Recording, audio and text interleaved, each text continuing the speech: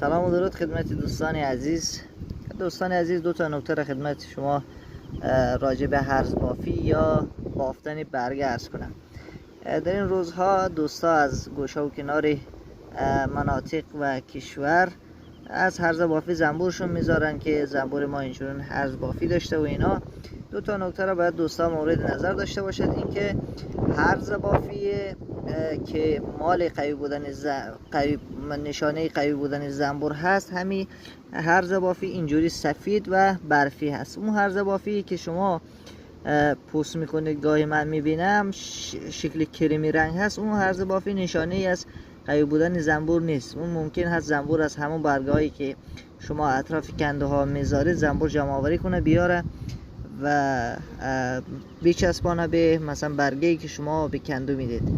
و این نکته را دوستان مورد نظر داشته باشد. به هیچ صورت زنبور شما اگر هرز بافی کریمی رنگ داشت، هیچ موقع به زنبورتون برگه ندید. و این یه چیزی نکته خیلی مهم و حساس هست به نظر من.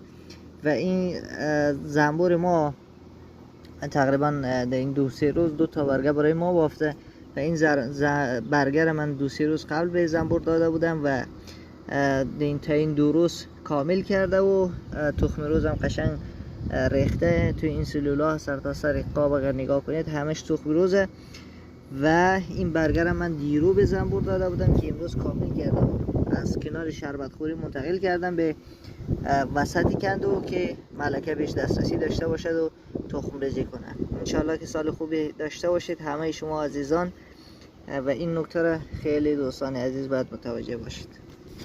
موفق باشید.